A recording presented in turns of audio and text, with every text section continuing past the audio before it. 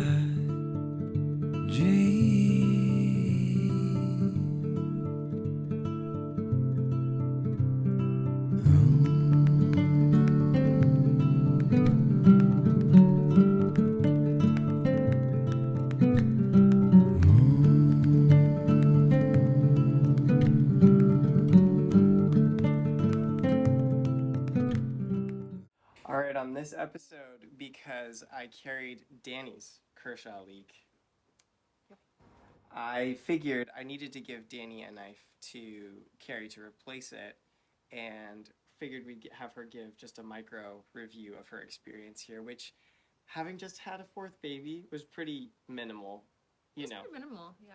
So but usage was pretty minimal. Yeah. Review was pretty minimal too.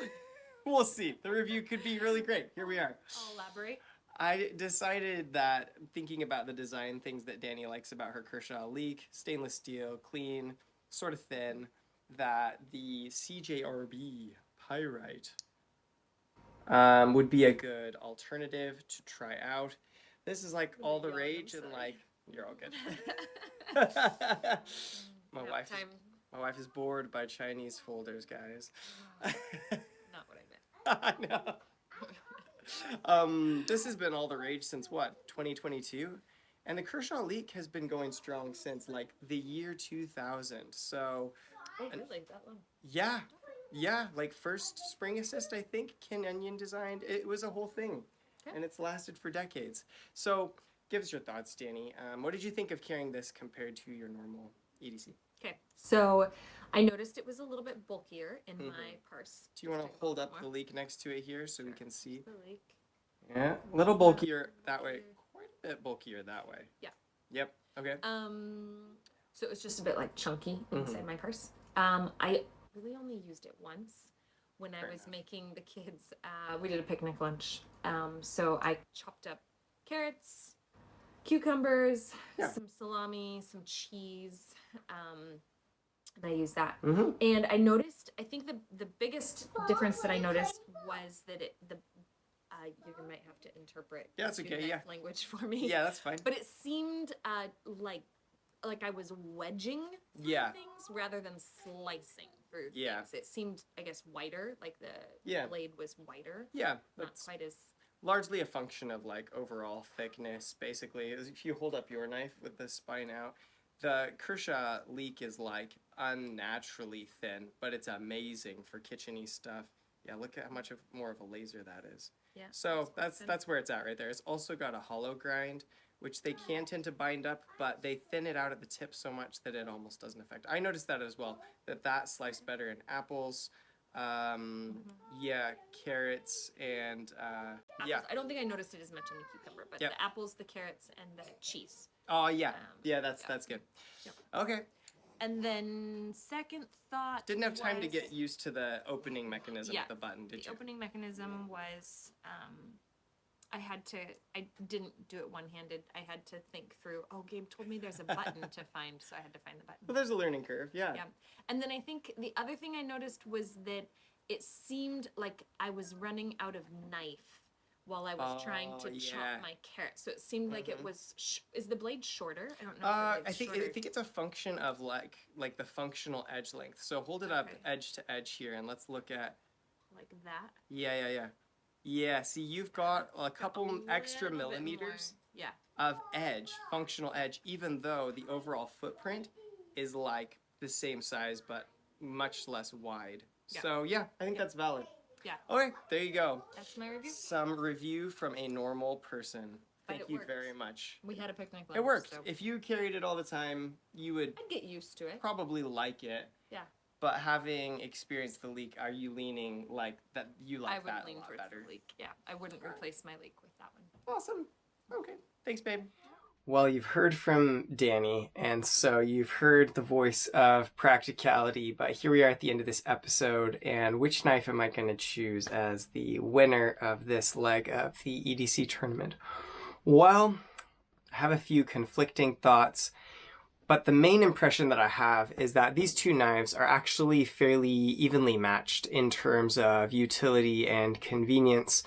I think the Leek, there's nothing that carries quite as small as a Kershaw Leek in my experience. If you have experienced something that carries and feels smaller than this, I carry in waistband, and so the thickness this way really matters to the feel of it. And because of that, this thing, which is just almost not there, is really pleasant to carry in the waistband. Also because of that, I don't prefer deep carry pocket clips to regular pocket clips, because in the waistband, you kind of want it to like sit. Well, you kind of want it to sit alongside your leg, and the place where your leg bends, you don't want it to kind of like dip into there and make a weird angle and dig into your leg.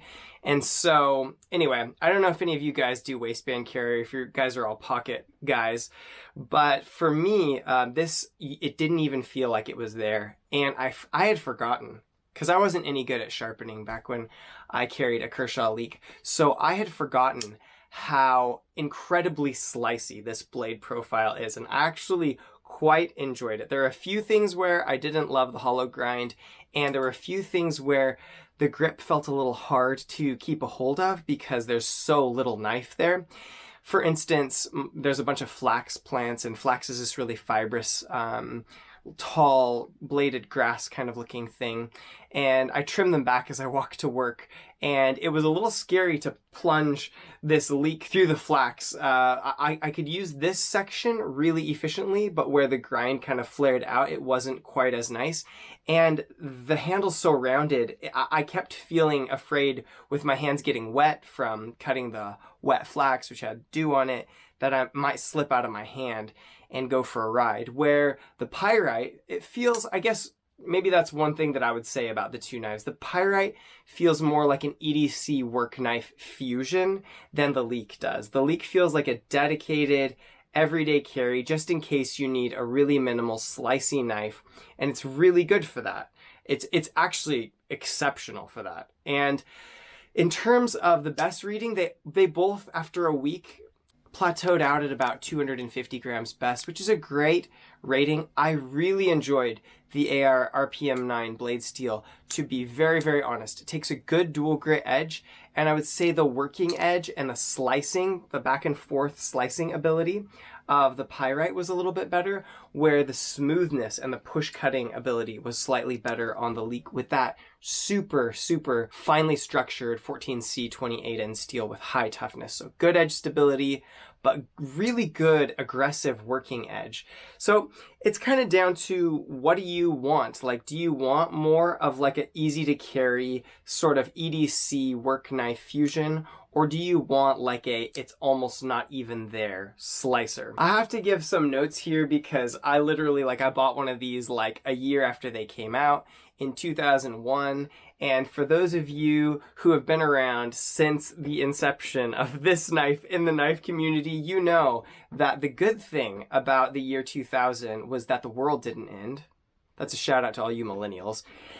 And the second good thing about the year 2000 is that Kin Onion came out with a legal spring assist with a full 3-inch blade, and finally you could carry a knife that reliably one-handed opened with a strong lock with a minimal carry footprint that was fun to flick. This was one of the early flippers. I don't know if the earliest, but very, very much pioneered, like this knife pioneered the flipper frame lock sort of revolution. So if any of you like that, you need to give a shout out and a thank you to Chris Reeve for developing this guy right here, and to Ken Onion for developing this guy right here.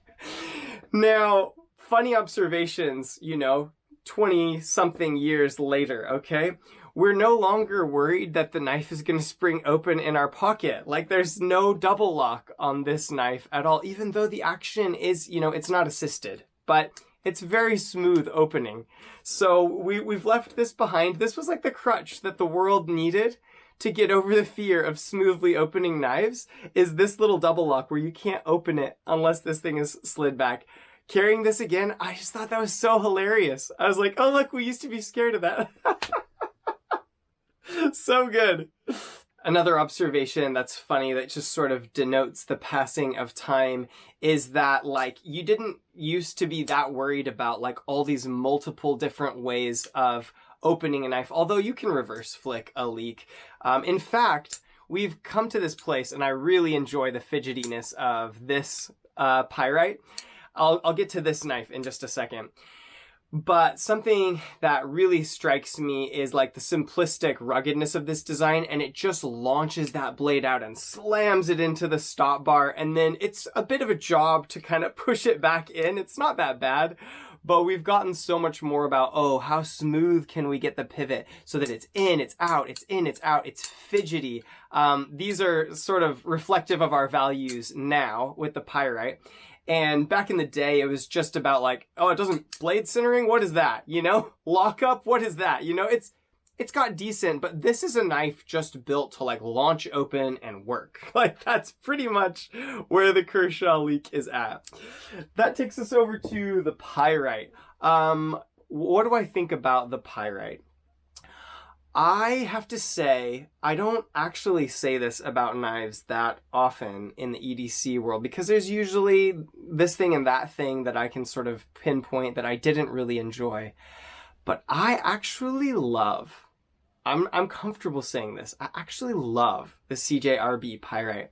I think that with this handle design, it's sort of straight with a little bit of bend to push that blade forward in your hand, comfortable grip, but a minimal silhouette, with just enough thickness to fill your hand if you really got to work. Like when I was cutting that flax, it was much more secure in my hand. And these little like engineering triangles that they have milled out of the inside of this thing to make this stainless steel feel so light it almost feels like titanium. I love the reverse flick ability. This one came a little bit tight. It was a bit hard to get the detent of the button lock to release. But I've got to the point now where I oiled it and just messing around with it, I can usually reverse flick it, and I find that to be really fun. It's got a solid thumb opening, solid, launch on the thumb opening, and of course you can just hit the button and get the thing in and out. I'm not used to it being smoothed out by the lubricating oil yet, and so it usually like bounces back out. So really a fan of the design choices. I like the clip on both knives. The tip of the clip doesn't come up super high. Sometimes people complain about that. It was a little hard to get hooked in at times, but I find I just put my finger on that and then use my finger to guide the fabric in, and I don't really have any significant problems with that. What else? Really good all-purpose utility blade grind, though. As my wife noted, it doesn't go through food quite as smoothly as the tip of a Kershaw Leek, which is just paring knife thin, just like stupid thin. I like where the jimping is at. I like the level of aggression of that. I don't usually use this forward grip. I just always feel like with the edges I put on things, that thing is going to punch through my skin. But I did use it a few times cutting up cardboard, because I don't like how when you're cutting up cardboard, it gets fed into this big rounded choil and it binds up the cut. So I found that if I just put my finger here, I could bump the cardboard up against it and it wouldn't slip out. So I guess it's a little critique. I don't know if it's a critique. It's just a design choice, and I probably wouldn't put a forward choil in a pocket knife design if I did it. I like it for sharpening because it kind of like skates over the stone and you got a lot of space to work with there. but it does annoy me when you're cutting up things doing through cuts on certain materials. Okay, so overall verdict, I will say, carrying this Kershaw Leek, I remembered all the reasons that I liked it in the first place. And if I was going for, like, you basically can't feel it in the waistband of your pants, this would be the knife that I would get and carry. It has really weathered and survived the ages of time extremely well. It still works. It still looks nice. It's got a nice optical flow to the design. It doesn't have a lot to stop your hand from coming forward, and that made me a little nervous a couple times, just a little bit. But a wonderful knife in a wonderful steel from a company that got me into knives. Kershaw really got me into knives. I think for where I'm at presently with my EDC priorities, I am going to name the CJRB Pyrite the winner. This is the knife I want to carry again, even though it wasn't quite as smooth cutting up certain things. I just find how fun it is to play with, the look of the thing, the freshness of a button lock, the sort of all-purpose edge shape. I liked the curve of the edge a little bit better on this than the relatively straight edge on the Leek. It just cut a bit more efficiently through like cardboard, through paper and those things. Overall, I find this to be a compelling option. I really, really like this as a minimal size, very functional EDC knife, and I'm going to name the CJRB Pyrite the winner for me and my current preferences to go on to the next stage of this tournament. I'm going to put on screen right now the only measurements that I really care about in an EDC knife. If you want to know why I only care about these things, I will make a video and I'll put the link on screen now to let you know what each of these measurements mean and why I don't care about anything else with an EDC knife. Alright, so you can see last week's contenders, the Buck 110 and the Spyderco Manix 2 up there above. The first two numbers, functional edge length in millimeters and inches, are just listed separately because I use them for some of the calculations in other areas. The main idea behind this being that you can have all the blade length in the world, but if there's not a sharpened edge along the bottom of it, you can't use that for everything. So I only measure edge. I don't really care about blade length because blade length isn't functional unless it's edged. The next statistic is behind the edge thickness. That's calculated in thousandths of an inch. I measure that after I profile it to 17 degrees per side, because some knives will have a really obtuse angle but have a pretty thin edge, but after you sharpen them, the edge thickens again. So I only care about the behind the edge thickness after it's reprofiled to a satisfying edge for slicing at around 15 to 17 I would consider good. The slope of the grind. Now the slope of the grind is how much rise there is of grind for every millimeter of spine thickness. This, you could divide it another way and get the angle or the degrees that the grind was done at. I find the slope to be a little bit easier to keep in my head as a number, so I like that. The maximum usable spine thickness is basically my way of saying, like, any part of the spine that's over the edge that reaches a certain thickness limits how smoothly the knife will go through something. So I like for that to be lower so that there is less thick spine holding the knife up behind the cutting edge. The in-pocket surface area is basically you just close the knife and you measure the length of it by the width and multiply that out, and it gives you sort of the square footage that it takes up in your pocket.